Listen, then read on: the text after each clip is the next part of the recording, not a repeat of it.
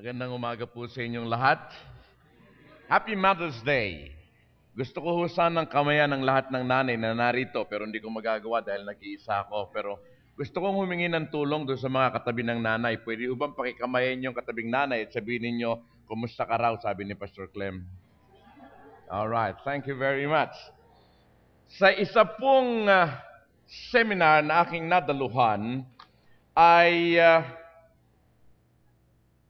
pinagrupo-grupo ang maraming miyembro sa mga mas maliliit na grupo ng 5 o 6 na miyembro bawat grupo.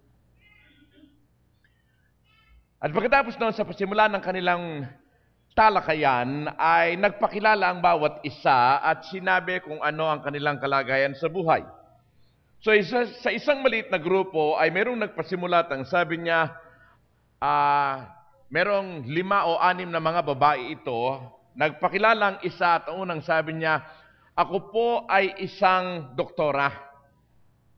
Yung sumunod ay nagpakilala at siya ay isang executive secretary. Yung isa ay nagpakilala at siya ay isang negosyante. Nagpakilala yung isa at ang sabi niya, siya ay isang abogada. Pagdating sa panghuling miyembro ng grupo, ay dahan-dahan siyang nagsalita sa mahinang tinig at ang sabi niya ay ganito, pasensya na kayo, ako po'y plain housewife lamang. Naalala ko tuloy nung marinig ko yun, ang isang kwento. Meron daw isang lalaki na pagdating sa kanilang bahay ay nakita ang kanyang may bahay na nakaupo at nagpapahinga. At parang may kumurot sa kanyang puso na naisip niya, nakakainggit ang asawa ko, nakapagpapahinga. Samantalang sabi niya, ako maghapong nagtatrabaho. Bago makarating sa opisina, makikipagdigmaan ka sa kalsada, sa dami ng traffic. At pagkatapos ay pag-uwi ay ganoon pa rin. At ang sabi niya, nakakainggit ang aking asawa. Halos araw-araw, ganoon ang kanyang nararamdaman hanggang dumating ang pagkakataon na hindi na lamang siya naiinggit. Nagsisimula na siyang mainis.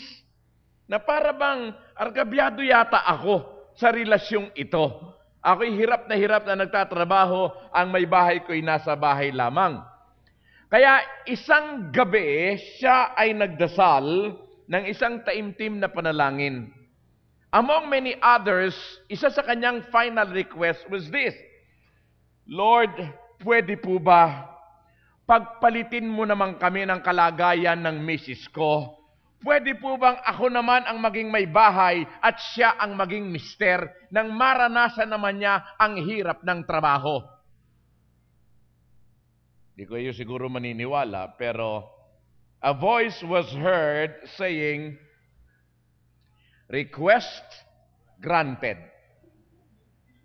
So kinabukasan, pagkagising niya, he is now the she. Naging siya na yung may bahay. So gumising siya ng alas 5 ng madaling araw at pagkagising niya ng alas 5 ng madaling araw, pagkatapos nagawin niya ang kanyang morning rituals, nag-toothbrush, naghilamos, whatever, nagsimula na siyang magluto ng agahan. At habang siya nagluluto ng agahan, ay inihanda ang baon ng mga bata papuntang eskwela.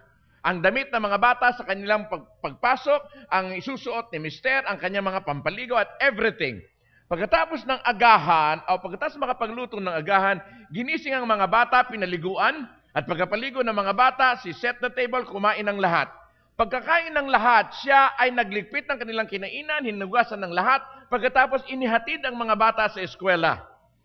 Pagkahatid ng mga bata sa eskwela, ang may bahay ay nagpunta sa palengke para makabili ng sariwang gulay, sariwang karne, at sariwang isda. Pagdating sa bahay, itinabi ang lahat ng kanyang pinamili at pagkatapos ay nagpunta sa grocery for their grocery needs. Pagkagaling niya sa grocery, mga alas 10:30, alas 11, nagsimula na siyang magluto ng tanghalian. Pagkaluto ng tanghalian, itinabi niya ang pagkain, sinundo ang kanyang mga anak. Pagdating sa bahay, pinakain ng tanghalian ng mga bata, pagkahugas ng lahat ng pinagkainan, pinatulog ang mga bata. At pagkatulog ng mga bata, sinamantala niya ang tahimik na panahon, siya'y nagpasimulang maglaba. At habang ang washing machine ay umiikot, nagpasimula siyang maglinis ng bahay. At pagdating ng 3:00 ng hapon, siya'y naghanda ng merienda ng mga bata, ginising ang mga bata, pinakain ng mga bata, at pagkakain ng mga bata, siya'y nagpasimulang maghanda ng hapunan. At sa kanyang paghahanda ng hapunan, pagkatapos na makakain, o pagkatapos na makapaghanda ng hapunan, isinet ang table. Pagdating ng mister 6:30, 7:00, kumain sila ng hapunan. Pagkakain ng hapunan, niligpit ang pinagkainan, hinugasan ng lahat ng plato, pagkatapos pinatulog ang mga bata. 8:00, nagpasimula siyang tiklopin ang lahat ng kanyang nilabhan. At pagkatapos noon, pagod na pagod siya, mga bandang 10:00, 10:30, pumasok na siya sa kanyang kwarto sapagkat gusto ko nang magpahinga, pagod na ako. And so siya'y bagsak kaagad sa kama. Pagbagsak niya sa kama, nakaramdam siya ng kalabit ng mister. At ang sabi ng mister, Leng, can we have sex tonight? Sabi niya, naku po naman, hirap ng katawan mo, buong maghapon, pagkatapos ihirit pa ng sex itong lalaking ito. Pero dahil napakabait na may bahay, pinagbigyan ng mister. And at about 11:30 in the evening, nakatulog siya. Kinabukasan, nagising siya ng 5:00 to do the routine, pero bago niya ginawa yan, nagdasal na muna siya. At sabi niya, Diyos ko, napakalaking baliw ko sa aking hiniling na akong may bahay. Hindi ko pala kakayanin. Sabi niya, Lord, pwede, ibalik mo na lang ako sa dating kalagayan. Ako na uli ang lalaki. I will not last another day na ako ang may bahay. Hindi ko kaya, napakahirap. Will you believe? A voice was heard. Ang sabi ng tinig, request granted. But, maghihintay ka ng 9 na buwan. Ang sabi niya, bakit ang tagal? 1 araw nga, hindi ko na kaya. Bakit 9 na buwan? Kasi nag-sex kayo kagabi, nabuntis ka. Okay. And so, mga mister, sa inyo na nag-aakalang napakadali ang maging may bahay, sorry, mali kayo. I will not exchange anything, okay, na maging ako'y ako sapagat ayokong maging may bahay. Napakahirap po. So yung mga plain housewife na naririto, dakila kang ina kasi mas mahirap ang maging stay-at-home na nanay. In fact, may suspetsa nga ako na yung iba, nagsisikap na magtrabaho, huwag lang mag-alaga ng anak. Well, anyway, palakpakan natin ang lahat ng mga nanay. Palakpakan natin. Okay. So, alright. Ito po ang nais kong ibahagi sa inyo, the virtuous woman mula sa Proverbs 31. Okay. Bilang pasimula, ang Proverbs 31, ang sabi nga ito ay sinulat ni Haring Lemuel, pero ang sabi ni Haring Lemuel, ito yung conversation nilang mag-ina. Okay? The words of King Lemuel, the oracle, or the speech, or the burden which his mother taught him. So ito yung mga tinuro ng nanay niya. Ang sabi ng nanay niya, verse 3, do not give your strength to the woman. Huwag mong ibigay ang iyong kalakasan sa babae. Na ang ibig daw sabihin, kung pag-aaralan ay ito, huwag na huwag kang makikitungo sa isang babae nang walang kasal. In other words, napakaganda ng payo ng nanay. Ang sabi ng nanay, anak, kapag ikaw ay nakitungo, pag ikaw ay nakasiping sa isang babae, tiyakin mo na siya iyong asawa. Naisip siguro ng nanay ni Lemuel, walang kakwenta-kwenta ang makisiping sa isang babae na hindi mo asawa. Sa panahon natin ngayon, ay nagiging kalakaran ng marami. Lalo na nga ho ng mga artista. Yung tinatawag na live-in. At para sa kanila, subukan muna natin. If it will work, then pakasal tayo. Ang problema ho ganito, at lagi kong sinasabi sa maraming mga may bahay, dapat kayo ay laging maging attractive. Bakit?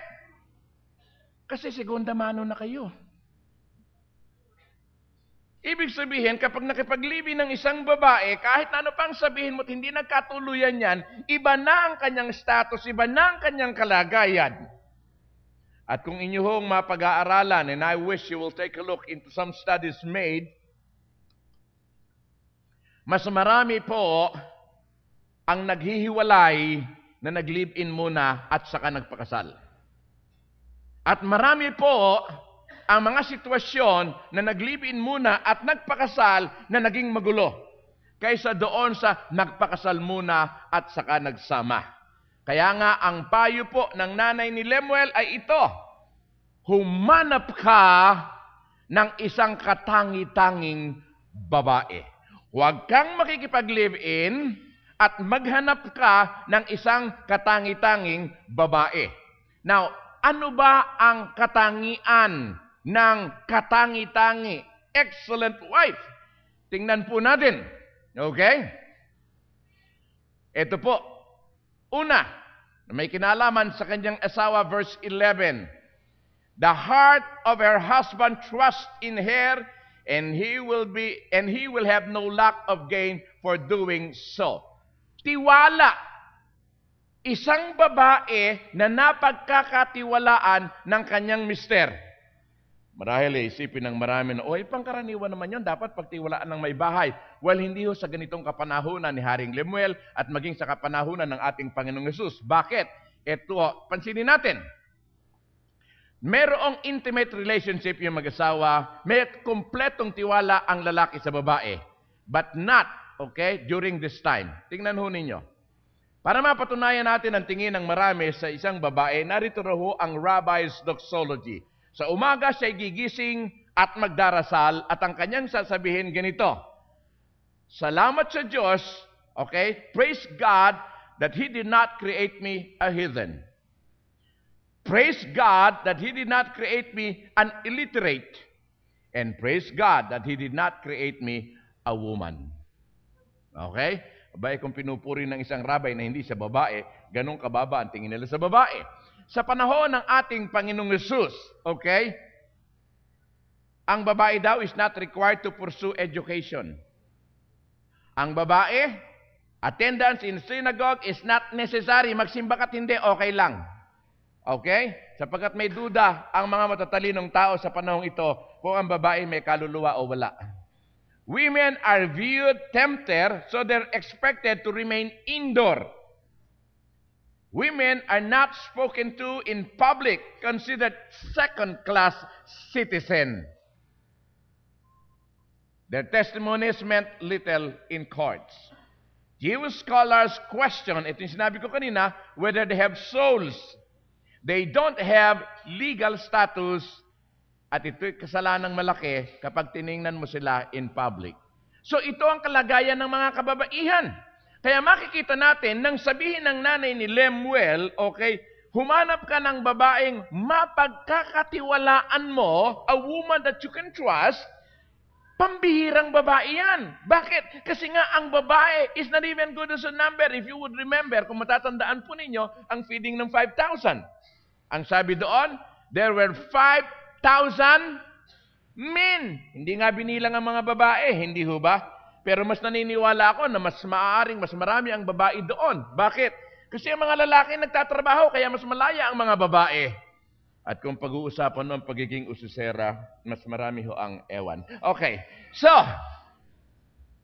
yung lalaki pwedeng iwanan ng kanyang bahay, pumunta sa kanyang trabaho, at palagay ang kanyang kalooban kasi nandun sa bahay ang babae na kanyang pinagtitiwalaan.